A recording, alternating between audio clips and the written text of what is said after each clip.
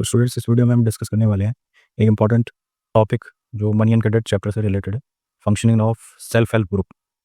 So if you talk about functioning of self help group and the CBSE board exam, तो ये जो topic है ये CBSE board exam में 3 to 5 marks में डायरेक्ट आता है। 5 मार्क्स में आप ये क्वेश्चन तो इस चैप्टर से एक्सपेक्ट कर सकते हो। ये one of the most important topic है जो again and again CBSE board exams में सोशल साइंस सब्जेक्ट में रिपीट होता है। तो इस टॉपिक को हम 3 पार्ट्स पे डिवाइड करने के बाद स्टडी करने वाले हैं। फर्स्ट पार्ट में हम स्टडी करेंगे functioning of self help group function कैसे करता है। इसके बाद सेकंड पार्ट में हम डिस्कस करेंगे इसके ऑब्जेक्टिव्स और थर्ड पार्ट में हम देखेंगे advantages of self help group. So self help group का जो फंक्शनिंग है बेसिकली, या जो इसका मोटिव है उसको पहले समझते हैं।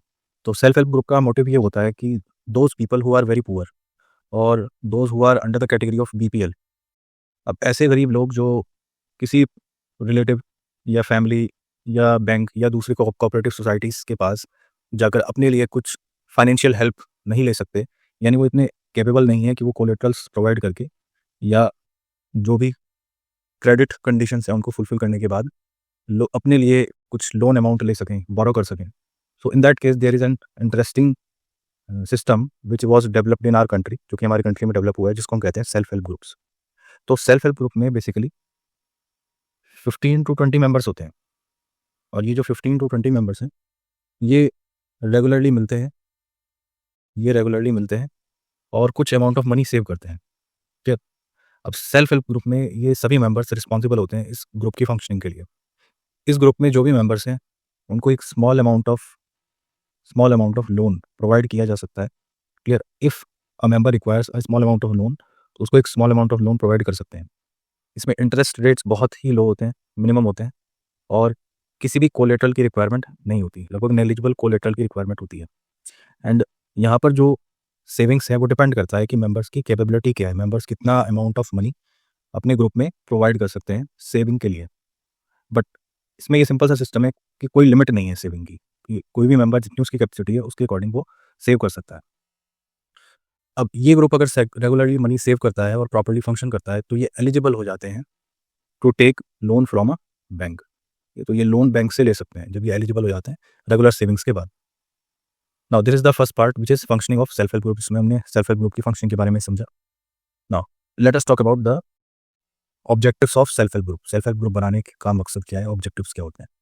तो इसका जो सबसे बड़ा इंपॉर्टेंट ऑब्जेक्टिव है वो है help poors, help people who are very poor, जो बहुत गरीब हैं, जो अपनी नीड्स को इंडिविजुअली फुलफिल नहीं कर सकते, तो इस ग्रुप की हेल्प से अपनी नीड्स को फुलफिल कर पाते हैं easily. Now if we talk about another objective, तो इससे समाज में आर्थिक और सामाजिक तौर पर इंसान का जो स्टेटस है, उसका जो रुतबा है, उसकी जो रिस्पेक्ट है वो इम्प्रूव होती है। क्लियर, और यहाँ एक कलेक्टिव रिस्पॉन्सिबिलिटी जनरेट होती है। It generates a sense of collective responsibility. सामूहिक जिम्मेदारी की भावना समाज में जागती है।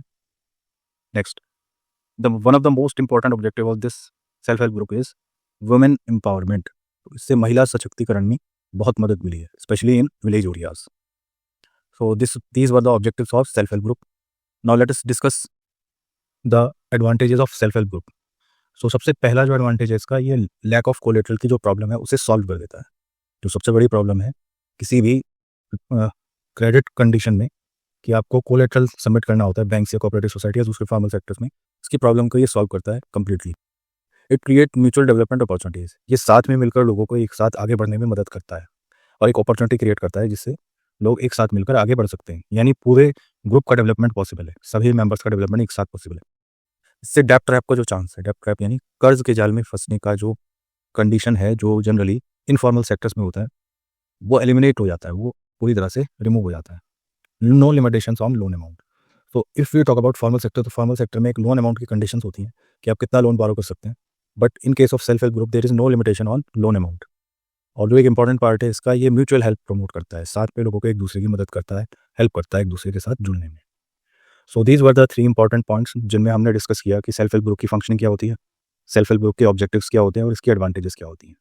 सो बोर्ड एग्जाम में अब आप इजीली आंसर कर सकते हैं अगर सेल्फ हेल्प ग्रुप से रिलेटेड कोई भी क्वेश्चन आता है बोर्ड एग्जाम में। That's all from my side from the last topic of money and credit chapter. Thank you very much.